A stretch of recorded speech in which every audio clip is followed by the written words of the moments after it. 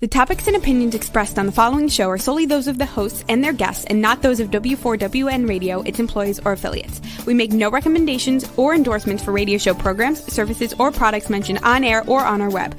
No liability, explicit or implied, shall be extended to W4WN Radio, its employees, or affiliates. Any questions or comments should be directed to those show hosts. Thank you for choosing W4WN Radio. Are you ready to take a journey? Let's connect with the healers of the world. It's that time. It's time for the Language of Healing on W4WN Radio and Talk 4 TV. Now here's your host, Dr. Nicole Fortin. Hello, everybody, and welcome to the Language of Healing. You're tuning in on W4WN.com and Talk 4 TV. This is the Women for Women Network, and where we're sharing all sorts of goodness for your heart, soul, body, mind. Today, we're diving in a little bit more into that seasonal shift. And, you know, cycles are always happening, changes are always happening. So it's really a matter of how we respond and take that in, how we move forward. And, you know, sometimes just a little note, when things are cycling and shifting and changing, sometimes we want to be better or grow and learn from our mistakes or learn from some of the situations that are coming up for us in life. And at times it can feel like we're just spinning and recycling and, oh, here we go again. This time it's happening like this again. But it's not so much of a circle. We're like always constantly spiraling, and we're always evolving. So even if you're revisiting something, it has a different perspective. So now we're in the fall season in the Northern Hemisphere, of course.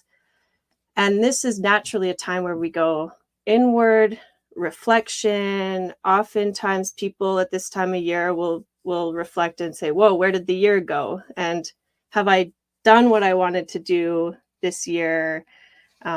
Like, where am I at? You know, maybe you set some kind of intentions or goals at the beginning of the year. I personally feel like this time of year is the fresh start because of that inward look and retrospect. And it's helpful to look back at where we've been to help us move forward to where we want to go in the future. Last week, we talked about the metal element, living in that full metal freedom, and what that means.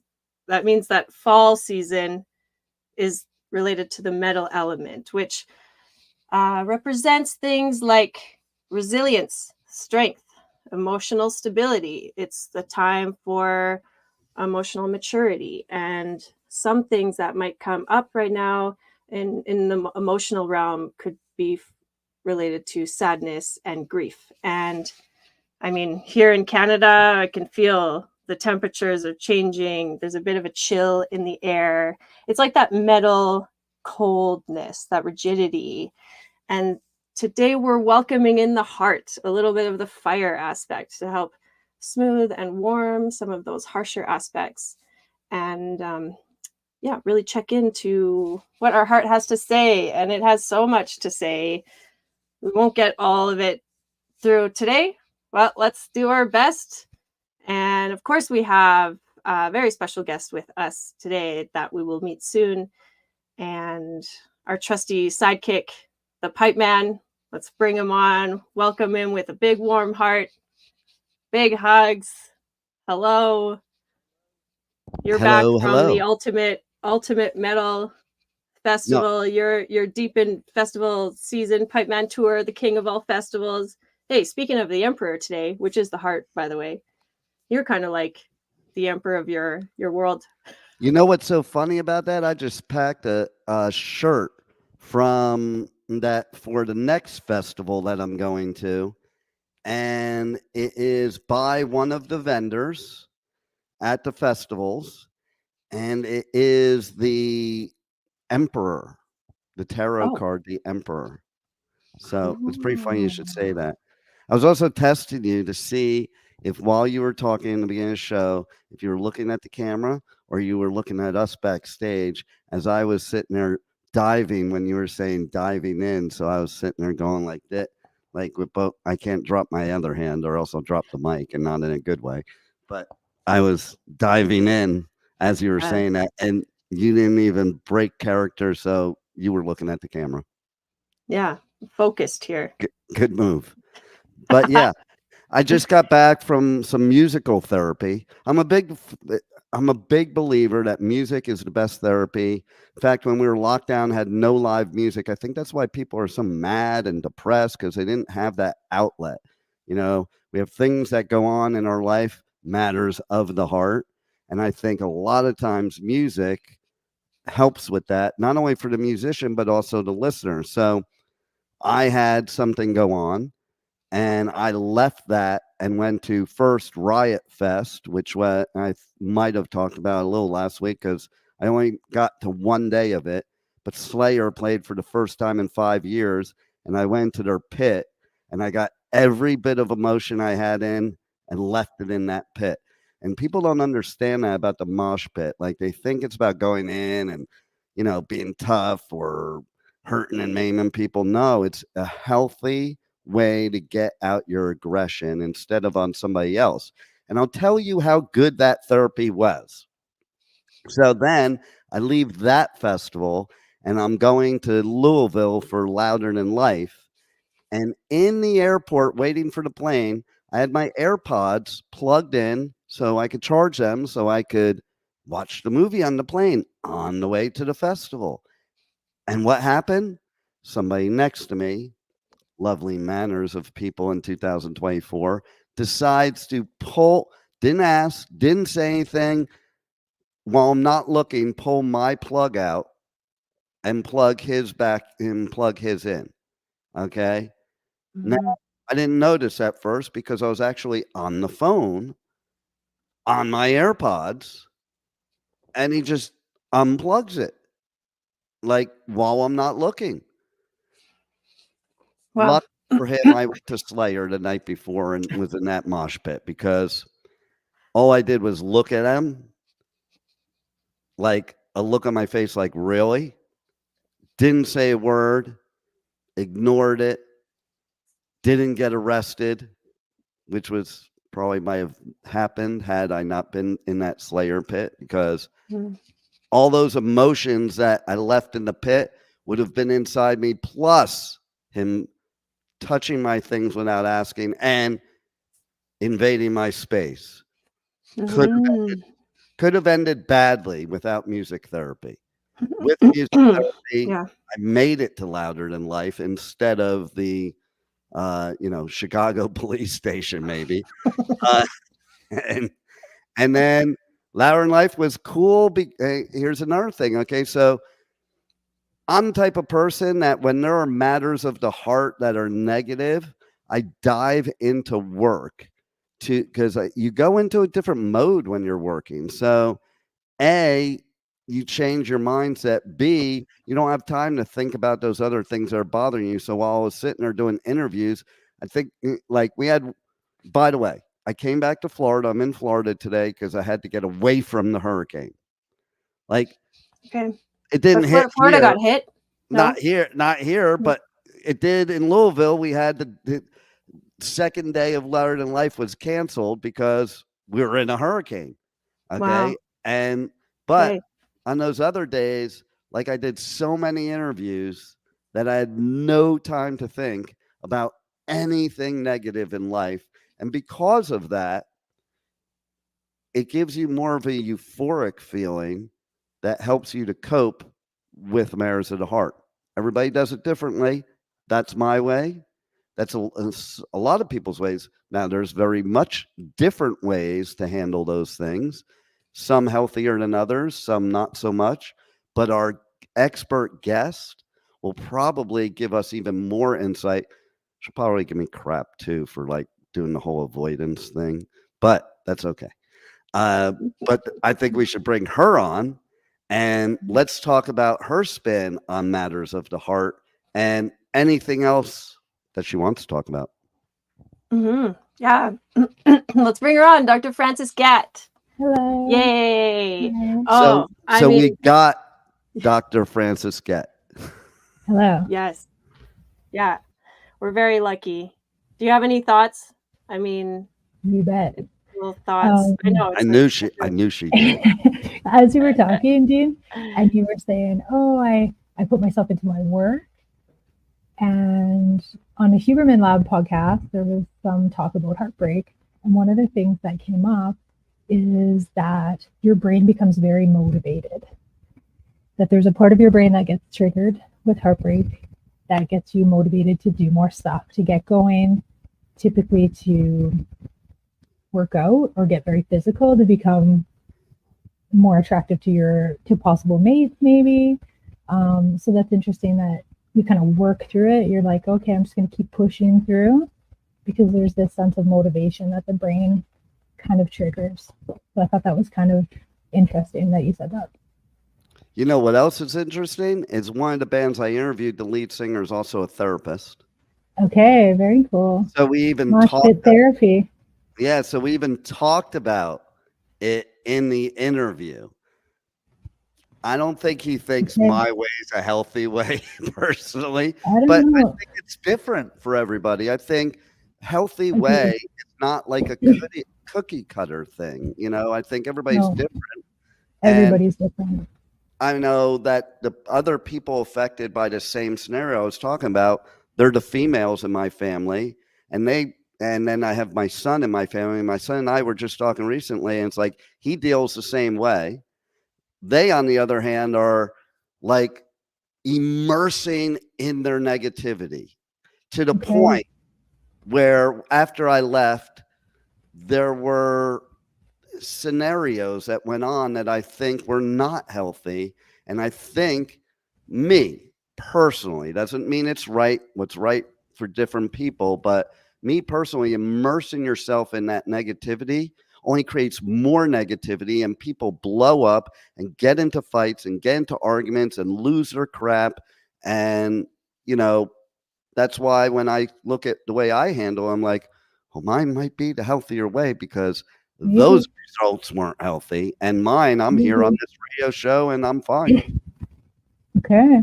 I think a lot of people like the physicality of moving through things. Like you're dancing, you're singing, you're participating in the mosh pit. And for females, maybe there's a lot of talk therapy that goes on. Mm-hmm. Whereas sometimes even with males, when we talk about, you know, hardships, trauma, heartbreak, they tend to want to move through it physically with the physical aspect. But that's not, you know, that's not linear either. Everybody's very different. Music therapy, I think everybody can benefit. That is a great point, though, because I do think I'm a big believer in men and women speak different languages, and that doesn't just mean verbally. Our brains process thoughts differently, right? Females' thoughts cross the corpus callosum. Male thoughts typically run front to back. So the way that we process thoughts, feelings are inherently different, typically. Yeah. What do you have to say, Doctor? Me? Yeah. Or Dr. Gatt? No, Dr. Nicole Fort.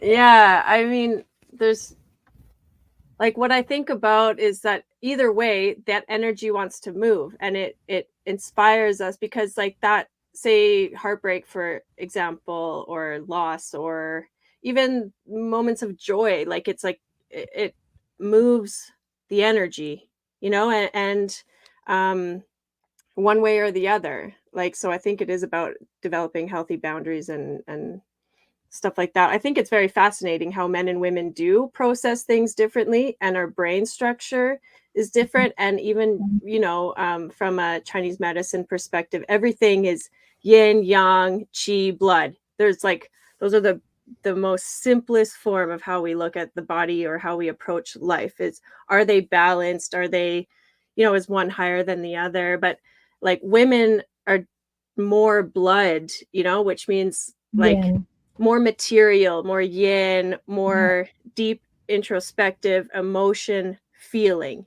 So like it's much easier to get into that space, where men are more governed by qi, which is immaterial. It's like air movement, you know. So yeah, it's like it's a constant dance between the two. We obviously have both of them, but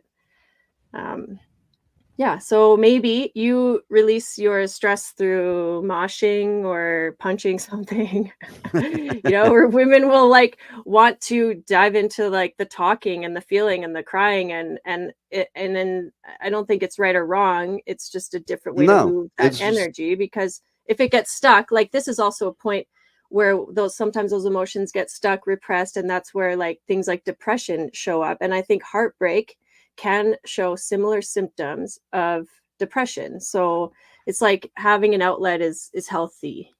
and I think there's different ways people process that too, because of the fact that, you know, some people like myself that maybe don't live in it, they never, you never have that trauma of it holding it in because you are working through it.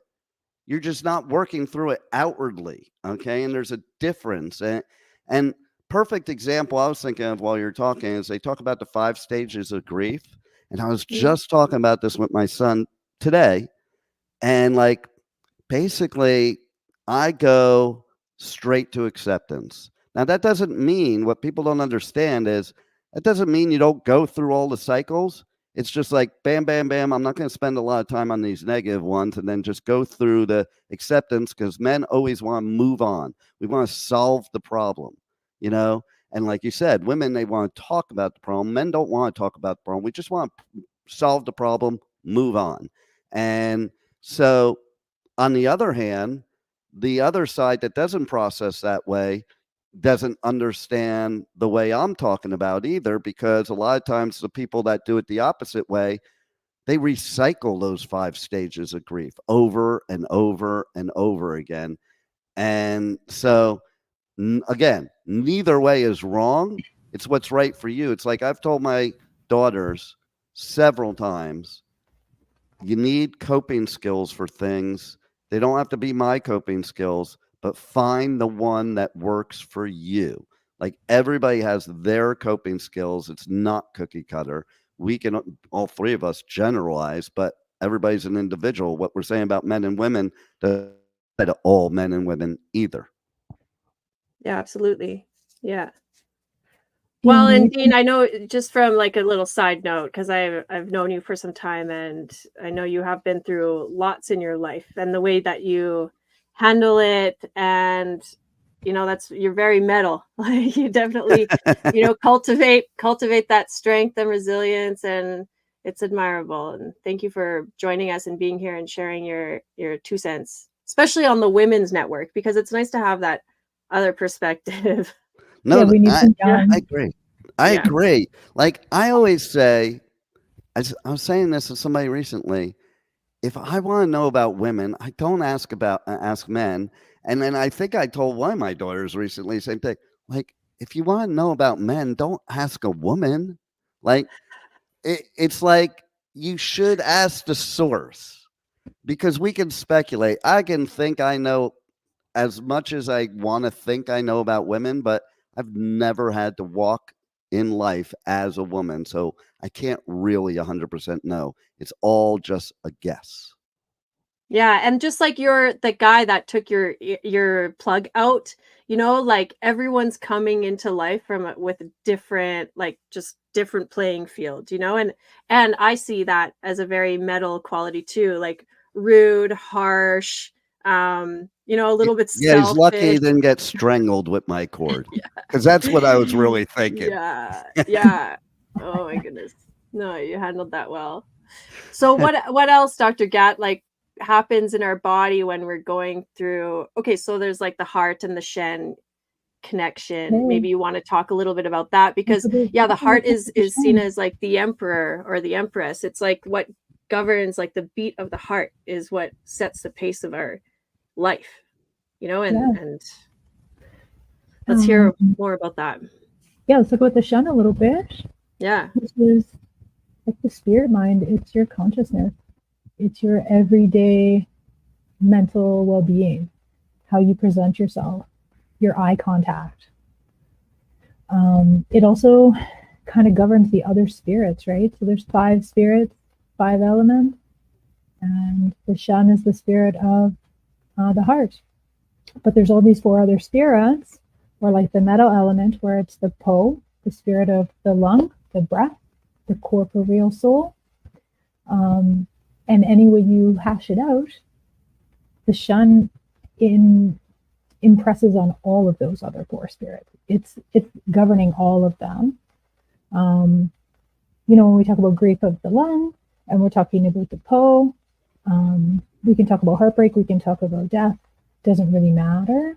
The Po is the first soul to show up during conception, and I guess it's always kind of trying to make it back to the ground, is how I see that. So when we look at situations where people are careless, suicidal, something like that, that's the Po, that's the lung, that's the metal element. So I think it's interesting that the Shen is our everyday mentality, but also governs all the other spirits, the intellect, the Yi, the Ji, the willpower. What am I missing, Jericho? The Hun. The Hun.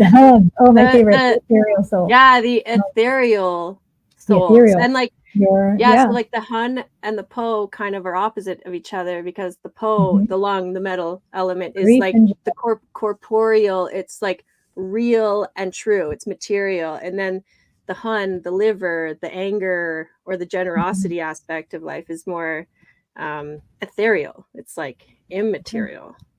But even going back to like, talking with Dean about male and female, yin and yang, the kidneys and the heart have a really neat kind of relationship, because the heart is that fire, right? That heat. The kidneys are that cooling water.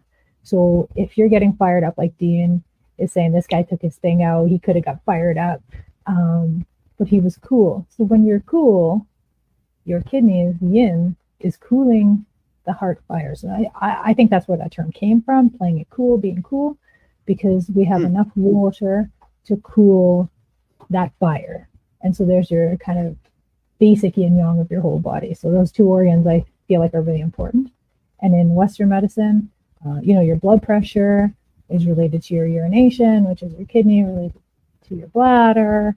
And that balance is really important, right? If you have high blood pressure, you're likely to have a red face and be hot, like hot-headed, right? So that's what I think about when you ask me about that. Thank you for explaining my ex-wife. Is she the yang or what? No, she has high blood pressure, but now it all makes sense. Yeah, right? Who's the yin? Well, I mean, that could be like a quality of women, because, we do kind of, like, yeah. Well, here's the thing too.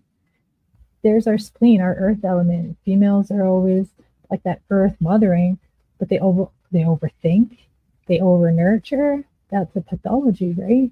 That sometimes they're overdoing the natural qualities to be mothering as well. And that's when, the spleen is, out of balance there. So maybe and then like too much earth can dampen the fire, like you have a fire going, like too much water or too much earth will like quell the fire. So then you're like passionless, you're kind of running on empty, maybe you're not connected to purpose, and then you're thinking all the wrong things. There's nothing grounded and rooting. And another term, like when, because the Shen is connected to the heart and it's the spirit, but when someone says like, I'm losing my mind, or like losing it, it's like, because like the Shen just isn't resting in the heart. It's it's filled with other traumas, worries, and memory, right? Memory of the heart. The heart remembers. Yeah, that's why I think it's so important to get it out instead of living in it, because then you're just building on top of each trauma over and over again, and that's when you explode. Yeah, people get stuck in grief and heartbreak, whatever. They get stuck there. And if you don't move through it, you just have to keep doing it for longer and over again. So you see with death. Yeah. So if somebody is the person who has to deal with all of the arrangements, financials, that kind of stuff, they're not grieving. They're doing a lot of that processing, going through, getting paperwork done. And so their grieving tends to like last longer because they were too busy pushing through and getting all the stuff done that they needed to do. So they tend to have a longer grief process, and a little bit more difficult, I would say, because they didn't get to do it at the time. What's interesting about what you said is something else my son and I were talking about is like, you know, you have to still get life done. So there's the people grieving that just stop everything, but that only to us, that only makes things worse, because then when you finally start to come out, then you have a whole new set of problems because you weren't working, you weren't paying your bills, you weren't doing any of these things. Whereas how a man thinks is, man, I don't care what's happening in life. I can't stop working because otherwise I'll be homeless. And what good will that do? And I see a lot of males work through their trauma, literally work. They're going to work, they're overworking. And, you know, sometimes it's because they're not dealing with things, or sometimes that's how they deal with things. So that's really, you know, individual. So but oftentimes they're working. I'll speak as a male and where I first learned it. So I used to be in the investment business. And when I first got in the investment business, the owner of the firm would hold these morning meetings. And one of the things he'd say every single day is, you know, basically, we all have baggage, we all have personal things going on, but this is your safe zone. So leave your baggage at the door. You can pick it up on the way out. But while you're working, those things can't bother you here, and including things like bill collectors, they can't reach you here. But also, what can solve your problems, like stuff like that, like bill collectors, is making money. So if by being in work and working, you're solving the problems in that way. And it doesn't mean you're not having the problems or focusing on. That's why I say pick it back up when you go home. So like you're trained as a male in most male dominated industries, you're trained to have zero feeling of personal life in work. That's your safe zone and your escape and your solving of problems. And then when you're done working, even being sick, okay, like when I'm sick, I don't even feel it while I'm working, or I used to get migraines all the time. I didn't feel it at all when I was working. After work was over, because I gave myself permission to feel sick and to feel. So it's not like you ignore it completely. It's that out in public, you don't put it out there. And in the things that could help you through it, you don't. And then when you're home in the solitude by yourself, that's when you let those things out. To your benefit, I would say. Right? Say that again? I think that's to your benefit. Yeah. You can go to work and become like compartmentalize. This is my work. Key word. This is my life. Key word right there, compartmentalize. I do find that a lot of times that emotional beings can't compartmentalize. It can be very difficult, yeah, for many people. I think music, like going back to that, anybody could benefit from that during grief. I think that everybody has songs that they made them feel better or worse when they're heartbreaking, when there's death, whenever. And I feel like music can do that for everybody. And so ultimate escape. I agree. I agree that doesn't matter what it is and what you like. That's beside the point. But like everybody benefits from that, and your body receives that. I think the vibration of sound is essential for life. Yeah. You know, moving your lymphatic system, moving the blood. So much of music comes from like moments of pain or joy or life experience. So it's literally resonating with you, right? Like someone else has walked this path before, and you know, we might just be in it now. And you know, in like the Taoist alchemical acupuncture world, because it's like acupuncture and Chinese medicine is sort of like alchemy. You're turning something into something else. And music is a very like metal quality, like it's in that category of activities that support the metal element, which is like the lungs, the large intestine, the grief, the sadness, you know, or that harshness of life. But then, you know, we bring in something like the heart, which is about joy and passion and purpose, and like that warms those things. So when you're, you know, a musician, or when you're like in that moment, you're just like this effortless flow that helps move I, things. And I'll even, music therapy is amazing. I'll even Okay. take the music a step further from even talking to musicians in interviews, and we talk about it all the time. So the key to a really good song is you write the song based on your own meaning and your own trauma or whatever it is, and the person listening to it can apply their own to it. So a good musician is not trying to make everybody experience the same thing. It's just experiencing it. That's the key in your own way, and what meaning you put to it, you know, and how it affects your life. And like, even if you talked about Taylor Swift, it's obvious that she gets through her heartbreaks with guys through writing her songs, because pretty much every song's about every relationship she's ever had, you know, and that's how she, in my opinion, deals with that pain and produces something positive out of it. Same with like, yeah, or, you know, like artists. Oh, this is kind of interesting. You know, like artists, musicians included, might get really creative in the nighttime. Maybe this will go a little like off, but you know, because if we're talking about like the heartbreak and the kind of tougher parts of life, that's like the metal element, and the opposite of that is like the creative liver, like spring season, like abundance, blossoming. So to get into that space to help balance, you know, because like we're always looking for balance amongst, so you can, if you're in one spot, stuck in one spot, just look to the opposite area, you know, and like feed in some of those qualities.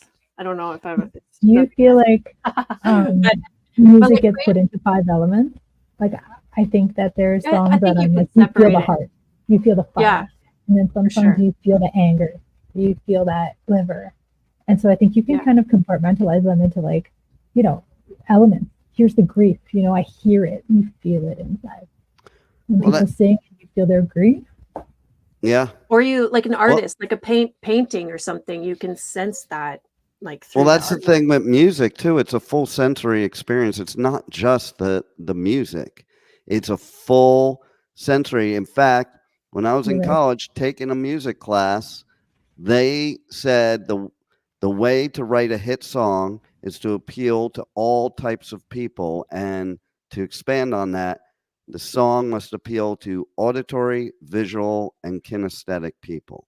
And if you can hit all 3 of those people, you basically hit everybody, you know, because everybody has that, you know. The beat is like your heartbeat, you know, and so if you can get people to feel a beat, like really feel it in their hearts, then I feel like you're likely to get them to really enjoy that song.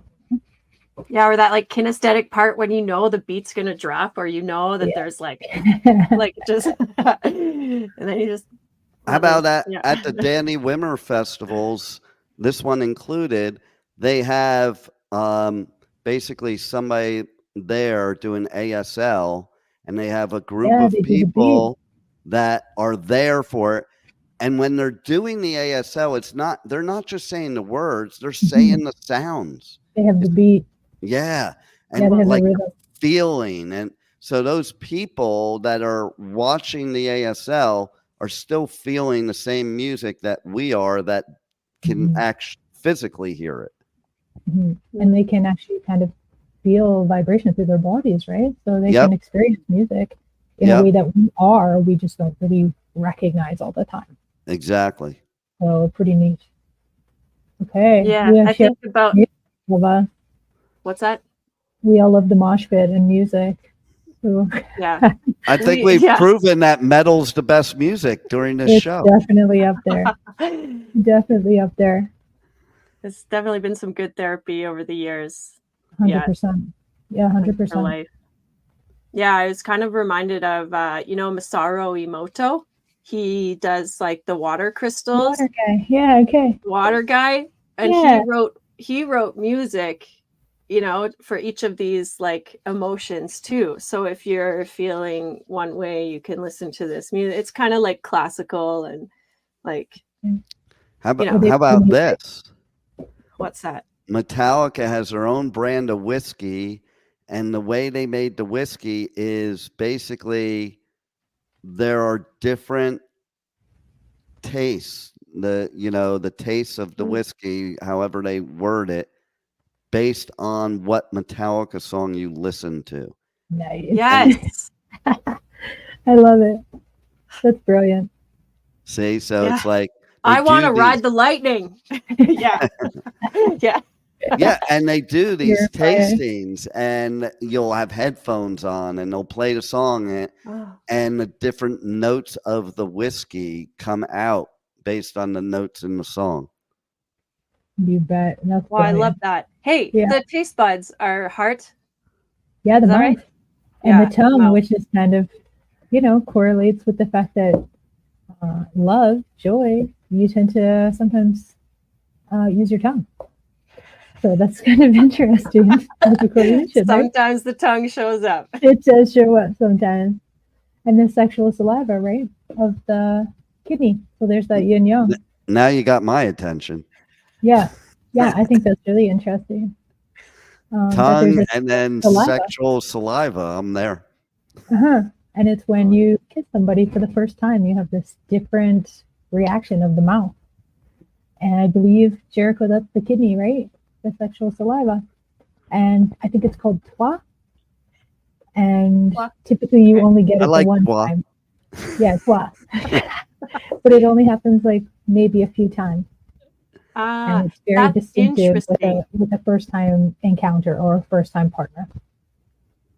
Yeah, that's interesting. So there's that there's like the idea of like, the one true love or the one that got away or something like that. I wonder if there's some kind of connection there. You'll never, right? There's that chemical kind of chemistry that everyone talks about. Yeah, because it's almost like when you have, I don't know from personal experience, but when you have like deliver a child, like your or you're pregnant or something, or you form life, like your chemistry is different forever. So maybe the first time you experience love or the first time you have that taste, it's like imprinted in your It is imprinted. makeup. Your chemistry remembers that person forever. And then are you just always trying to like, chase the dragon, so to speak? I can't get it. Yeah. Maybe. Yeah. Oh, well, then I'm screwed then. Yeah. Yeah. A lot of people are like, oh, I want to get that feeling again. And maybe then they'll just get more partners or new partners. Who knows? Mm-hmm. Yeah, who knows? Well, my first sexual experience was in the Charles Manson cave, so that might be my problem. That's a great story. I feel like we need to take some time for that, maybe. Hey? That's on the Adventures of Bright Man. Okay, I gotta check that out. I do have a question for you experts here. So we talk about the organs, and so like in Western medicine, one of the things that really bothers me is how quick, more so now than ever, they are to take organs out of the body, or that they say the organ doesn't serve any purpose. Well, if it didn't serve a purpose, it wouldn't be there to begin with.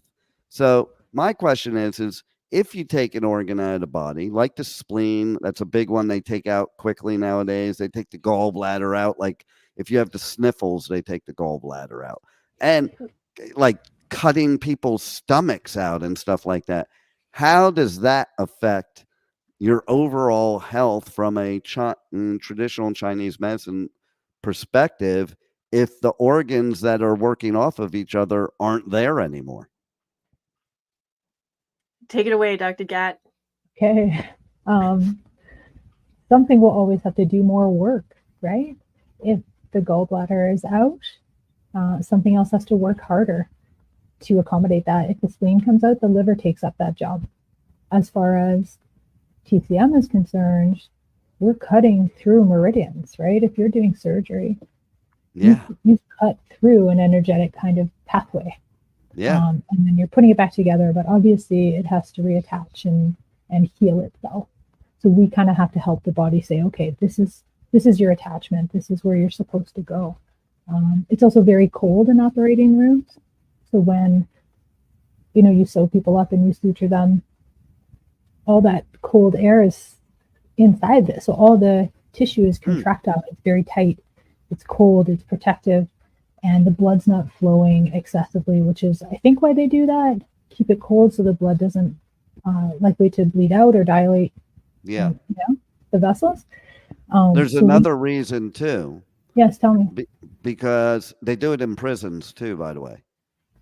Cold is not, contrary to popular belief, cold is not a proper environment for bacteria, viruses, and stuff like that. So like they do that so that not the bacteria won't get inside the body because it's so cold. Same reason in prisons, because there's a lack of medical attention, they keep it real cold so people aren't getting sick. Yeah. Because your spleen actually produces more white blood cells when you're cold. And so you'll see the cold therapies where they put the frozen towels like up to the neck, to the pelvis. Yeah. And a lot of what that does is it pulls blood from the major organs and forces it to recirculate. And our major organs hold blood when we're stressed, which is fairly often. When our, sympathetic nervous system is working, which is, cortisol, all that stuff that people experience all the time, every day. And so it forces it to recirculate. And then the spleen says, okay, it's cold, let's make more white blood cells. So you're likely to have a better immune system if you're a little bit cold. Not like cold plunging, that's like a whole different thing. But definitely to be physically cold is to improve your immune system. That's why Canadians are so hardy. Yeah. Well, and that the fallacy of flu season and cold season being during the winter, it's not because of winter. Do you know what is the reason that people get sick that time of year? I mean, I think there's probably a lot of avenues for that, right? Do you have any ideas? Are you going? I know. Tell me, I want to know. There's two things. One is you have Thanksgiving and Christmas meals, which are basically a lot of bad overindulging of bad food in your body. On top of that, the ultimate stress that you have during that period of time, more so than any other time of year. So that between the bad food and overindulging it and the stress, you weaken your immune system dramatically. And that's why we get sick. Exposure to more people at like gatherings. That too. Yeah, you know what? That's a good point, is that most of your immunity is in your bowels, is in your GI tract. So the more food you have in your stomach or your body at any time, the less your immune system can work, which is why I think there's a lot of conditions where everything is out, vomiting, diarrhea, and the body purges itself of all the food stuff so that it can work harder for recovery or healing or something like that. Yeah, and think of all the things. Go ahead, Dean. No, I was saying, think of all the things that here in the United States we eat on Thanksgiving, which are the same things you eat for Christmas dinner if you celebrate that. They're all, like, most of it, the worst things for your body, and you're eating so much that you go into food coma with bad food for your body. Sorry, Nicole, go ahead and say what you were going to say. No, it's like a really good point, and like a direct connection between like the physical body and the emotional body, and how that can affect our overall well-being. And I would agree with you. We're coming into like the holiday season can be quite a triggering time for people, and then on top of that, put all the holidays inside the metal element, the metal season, which is already about emotional, like, strength, resiliency, and stuff like that. So if you're not like really built up, but then it can be even more troublesome. But when you notice when we're sick, when we have a cold or something like that, like we're very particular about what we bring into our body. Like you might not even want the taste of sugar, or like, you can just eat very little. It's like being clean and clear, so it's as easy on the body to heal up. And I think that's the same with like the heart or the lungs. If you're holding on to a lot of like emotions, there's not a lot of room for like growth. And I have lots of respect, like everyone's journey is different and we process things differently, but the more space you can allow in, like to help that stagnation, is the better, right? Because I think the more emptiness we have, we can, like, that brings in more growth, even just like cold is like contracting, freezing, and then suddenly in that lack of movement, like your body is building more. It's like now we have room to build, okay, Guess what, Nicole? This time is up. No, not yet. But What? we got 4 minutes. Less than 4. Yeah. Too fast. What are we doing with 4 minutes? Are we going to say our favorite heartbreak songs, or what are we doing? Yeah. Are you going to sing for us? I'm curious to know what your favorite heartbreak song is, or maybe what is your like guilty pleasure song? Mine or hers? Tell me. Both of you. Anybody, everyone. I can immediately tell you my not heartbreak song, but about heartbreak that hit me. Goes with this show because it's because of the lyrics. But Can You Feel My Heart by Bring Me to the Horizon. Okay, I don't know if I know that. I'm gonna look it up. You gotta read the lyrics of it. Okay. And one of the best lyrics of all times is in that song, in my opinion. And it's basically, I can't drown my demons, they know how to swim. Clever. Okay, I'm going to check that out. I'm so curious, Dean. Maybe we'll have to get into this like another time, but what does that mean to you? Like what pulls you towards that? What do you relate to about that? That lyric or the whole song? Yeah, the lyric. Any of it. The lyric, because it is true. Like, people misunderstand people like me or males in general as we're like just, brushing the feelings aside. That's not what we're doing, okay? Because you really can't drown that's not healthy. Drowning your feelings, your trauma, any of that stuff, that's not healthy. And that's not what people love to think. And I've had stuff said to me before. Burying yourself in work or doing that is drowning your feelings. No, it's not. It's stopping yourself from over obsessing about your feelings. There's a huge difference. That's why you're bringing the baggage back home with you when you go out the door, so you can feel your feelings. You're not drowning them, because they're gonna resurface. If you try to drown them, they're gonna swim up to the surface. And that's why I think that lyric is so brilliant, because it says it all in a few words. No, it makes sense. I think that people stuff their emotions down in many ways, whether it be like through food or drinking, smoking, a variety of other things that release, that dopamine hit, or some kind of anything other than feeling that physical pain. So what's yours, Nicole? Yeah, what do you got? I want to hear Frankie's. Okay. I love song.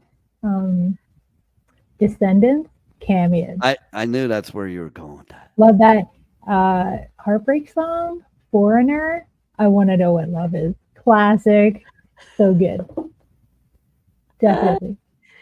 Okay. I'm not prepared. Without thinking deeply about it. Yeah. The Descendants were at Riot Fest. I know. I wanted to be at all of those things, including Aftershock, which I wish I could go to. So just get on the plane. So go. We'll see. Oh, that's always a cop out. That's a cop out. That means I'm not going. It means I'll be working. We'll become the mayors of Sacramento. Oh, I can't wait. Yeah. That'd be so We didn't even neat. talk about this tuxedo T-shirt. Okay, tell us the story. Well, I mean, Practicum, time's up now. 'Cause I'll oncology. never probably wear Wait, this. she avoided to set her songs. Yes, that's okay. Yeah. You weren't ready for that. Weren't ready for a song pick. All I think about when I look at you is like Dreamweaver. Classic. I think about you every time I hear that song.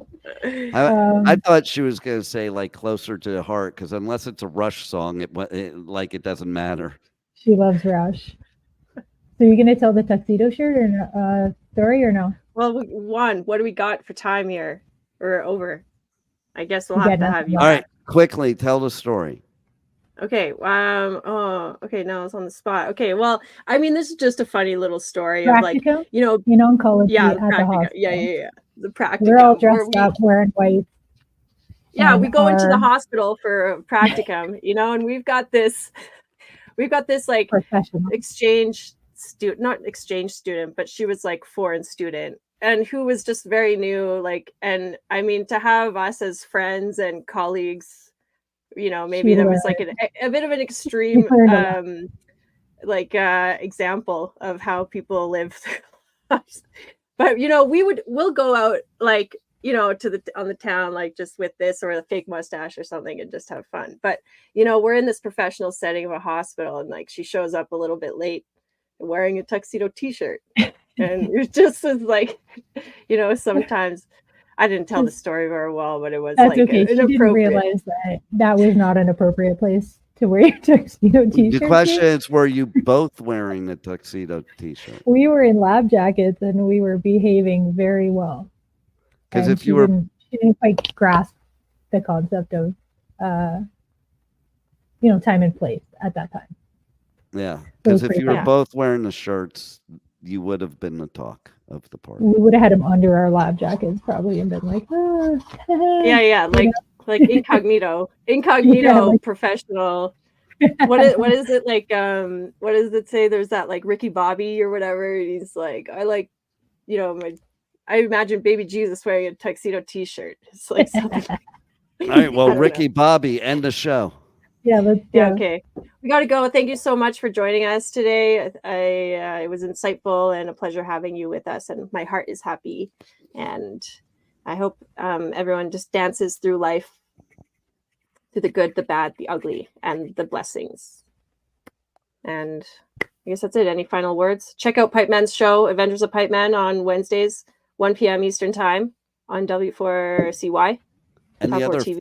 other final word should be, make sure to tune into Language of Healing every week at the same time, Tuesday, 2 p.m.